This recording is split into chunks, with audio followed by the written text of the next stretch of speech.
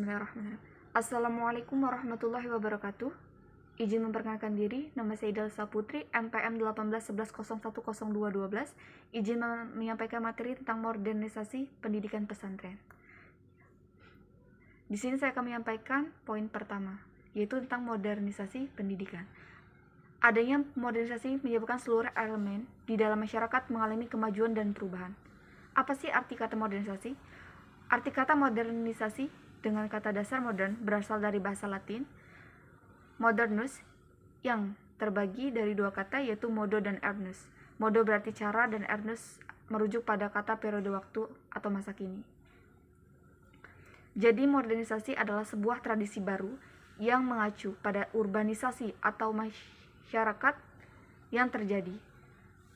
Sejauh mana dan bagaimana mengikuti sifat-sifat pedesaan suatu kelompok. Sementara menurut Surjono Sukanto, modernisasi adalah perubahan-perubahan di dalam masyarakat mengenai perubahan norma sosial, nilai sosial, susunan lembaga yang ada di masyarakat.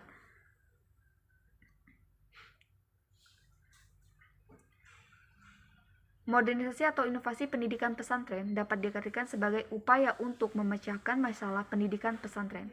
Atau dengan kata lain,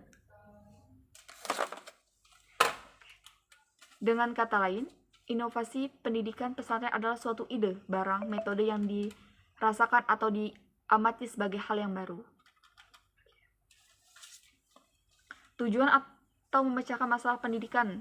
Miles mencontohkan inovasi modernisasi pendidikan adalah sebagai berikut. A. Bidang personalia. Pendidikan yang merupakan bagian dari sistem sosial tentunya membentukkan personalia sebagai komponen sistem. Yang kedua ada fasilitas fisik.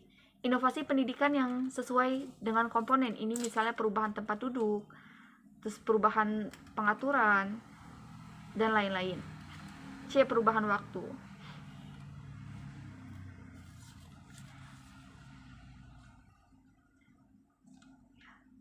Di lain sisi, pengetahuan umum nampaknya masih dilaksanakan secara setengah-tengah, hingga kemampuan santri biasanya sangat terbatas dan kurang mendapat pengakuan dari masyarakat umum.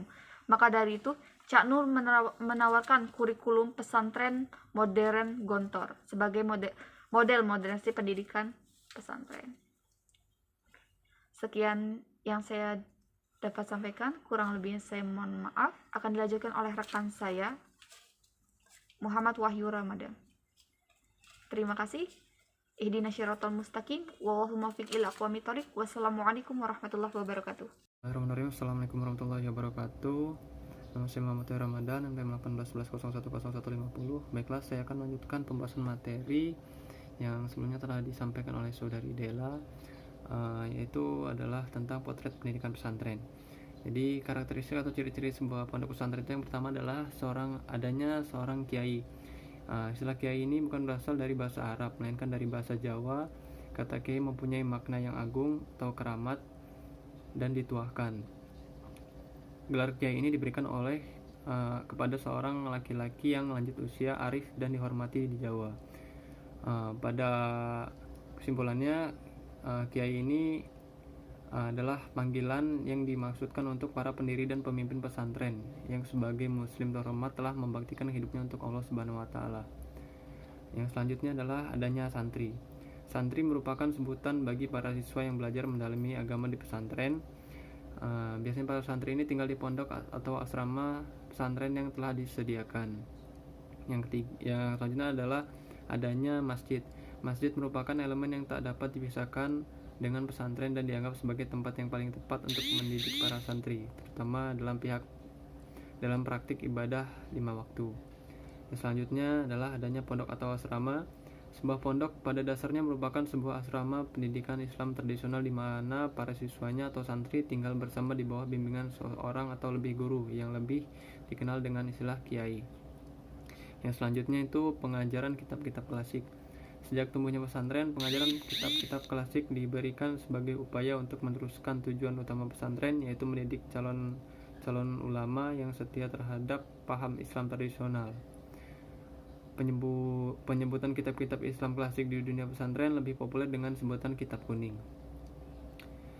Sedangkan ciri khusus pendidikan pesantren adalah isi kurikulum yang dibuat terfokus pada ilmu-ilmu agama, misalnya ilmu gramatis Arab, morfologi Arab, hukum Islam, tafsir hadis, tafsir Al-Quran, dan lain-lain. Dalam penjelasan lain juga dijelaskan tentang ciri-ciri pesantren dan juga pendidikan yang ada di dalamnya.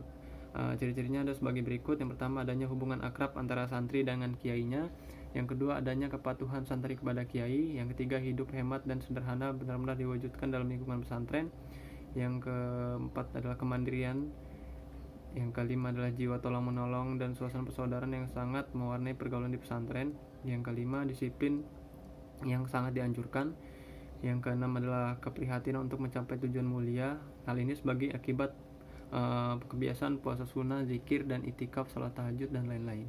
Dan yang terakhir adalah pemberian ijazah, yaitu pencantuman nama dalam satu daftar rantai pengalihan pengetahuan yang diberikan kepada santri-santri yang berprestasi. Adapun tujuan pendidikan pesantren adalah menurut Mas Tuhu bahwa tujuan pendidikan pesantren adalah menciptakan dan mengembangkan kepribadian muslim, yaitu kepribadian yang beriman dan bertakwa kepada Tuhan, berakhlak mulia, bermanfaat, dan berkhidmat kepada masyarakat.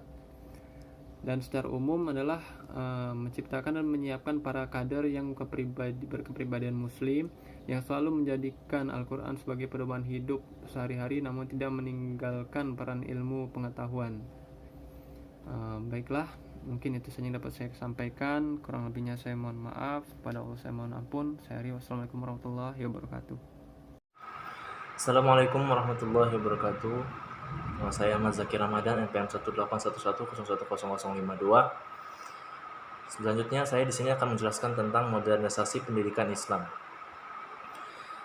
Yang pertama, tentang masa pembaruan pendidikan Islam. Modernisasi yang mengandung pikiran, aliran, gerakan, dan usaha untuk mengubah paham adat istiadat, intuisi, dan sebagainya, yaitu agar dapat disesuaikan dengan pendapat-pendapat dan keadaan yang baru yang timbul oleh kemajuan ilmu pengetahuan serta teknologi modern. Dan juga modernisasi ini juga berarti proses penggeseran ataupun sikap dan mentalitas sebagai warga masyarakat untuk bisa hidup sesuai tuntunan hidup masa kini. Jadi, dengan demikian, jika kita kaitkan dengan pembaruan pendidikan Islam, dapat diartikan yaitu sebagai suatu upaya melakukan proses perubahan kurikulum, baik dari cara, metodologi, situasi, dan pendidikan Islam dari yang tradisional ortodoks ke arah yang lebih rasional dan profesional sejalan dengan perkembangan ilmu pengetahuan dan teknologi saat itu. Dan selanjutnya adalah periode pendidikan Islam di Indonesia. Periode pendidikan Islam ini terbagi menjadi dua, yaitu dari tahun 1899 sampai 1930 dan tahun 1931 dan sampai 1945. Yang 1899 sampai 1930 pendidikan Islam di Indonesia sebelum tahun itu masih bersifat balakob ataupun non-klasikal. Secara ittifaq berarti kesepakatan, jadi pesantren-pesantren yang klasikal dan masih eksis sampai sekarang lahir sekitar awal 1900-an. Dan semenjak Islam masuk ke Indonesia, tentunya interaksi orang Timur Tengah dengan orang Indonesia, khususnya orang yang beragama Islam, bertambah baik. Terbukti dari tokoh-tokoh umat Islam Indonesia yang mendirikan pesantren banyak dari alumni-alumni Mekah. Dan interaksi Indonesia dengan Makkah membawa warna baru dalam pendidikan Islam di Indonesia. Misalnya, contoh dari pesantren Tebu Ireng, Bang Jawa Timur yang didirikan oleh Kiai Haji Hasyim Asy'ari tahun 1899. Sekolah-sekolah produk Muhammadiyah banyak dipengaruhi pendirinya Kiai Haji Ahmad Dahlan, pesantren Al-Mustafawiyah di Purba Baru dari Tapanuli Selatan yang didirikan oleh Syekh Mustafa Husain tahun 1913 dan sebagainya. Dan yang 1931 sampai 1945, mulai dari tahun ini lembaga pendidikan Islam di Indonesia memasuki warna baru yang dibuat oleh Mahmud Yunus, yang disebut tahun di mana dimulainya modernisasi pendidikan Islam di Indonesia. Jadi lembaga-lembaga pendidikan yang didirikan sebelumnya baru berinteraksi dengan orang-orang Timur Tengah, baik yang datang ke Indonesia untuk menyebarkan agama Islam maupun orang-orang Indonesia yang menuntut ilmu ke Makkah. Selain pengetahuan umum sebagai pembaruan dalam periode ini, dalam beberapa hal juga ada pembaruan lainnya dalam bidang metodologi. Misalnya, Mahmud Yunus sudah merupakan menerapkan tariqah al-mubasyirat dalam belajar bahasa Arab, dan metodologi pengajarannya setiap bidang studi sangat variatif. Dan adapun evaluasi sudah menjadi alat ukur untuk berhasilan siswa. Jadi artinya Pada masa ini khususnya lembaga pendidikan Islam yang mengikuti pola Mahmud Yunus, tingkatan atau kelas yang ditentukan oleh evaluasi bukan berdasarkan oleh tahun senioritas murid. Dan selanjutnya itu adalah tentang lembaga pendidikan Islam. Yang pertama, pesantren. Gambaran umum awal pesantren masa awal.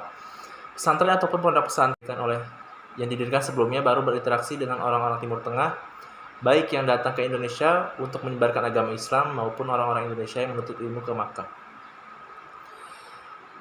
Selain pengetahuan umum sebagai pembaruan dalam periode ini, dalam beberapa hal juga ada pembaruan lainnya dalam bidang metodologi. Misalnya, Mahmud Yunus sudah merupakan menerapkan tariqah al-mubasyirat dalam belajar bahasa Arab, dan metodologi pengajarannya setiap bidang studi sangat variatif. Dan ada pun evaluasi sudah menjadi alat ukur untuk berhasilan siswa. Jadi artinya pada masa ini khususnya lembaga pendidikan Islam yang mengikuti pola Mahmud Yunus, tingkatan atau kelas yang ditentukan oleh evaluasi bukan berdasarkan oleh tahun senioritas murid. Dan selanjutnya itu adalah tentang lembaga pendidikan Islam. Yang pertama, pesantren. Gambaran umum awal pesantren masa awal. Pesantren ataupun pondok pesantren merupakan sebuah pondok pendidikan yang terdiri dari seorang guru, pemimpinnya umumnya seorang haji yang disebut dengan kiai, dan kelompok murid laki-laki yang berjumlah 3 sampai ribuan orang yang disebut santri. Dan secara tradisional sampai tingkat tertentu para santri tinggal di dalam pondok yang menyerupai asrama biara. Mereka mengurusi diri sendiri mulai dari memasak hingga mencuci pakaiannya sendiri. Dan bangunan pokok pesantren itu hampir seluruhnya kecuali dewasa ini terletak di luar kota. Biasanya terdiri dari masjid, rumah kiai, dan sederet asrama ataupun pondokan pesantren. Dan pengajarannya sendiri dilakukan tanpa paksaan. Santri tidak dipaksa untuk menghadiri pengajian yang dilakukan oleh kiai karena santri dapat tetap di pondok asal dapat menafkahi dirinya sendiri.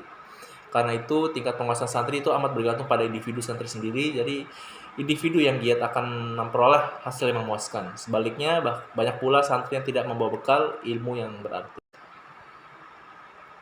Dan selanjutnya adalah asal-usul pondok pesantren.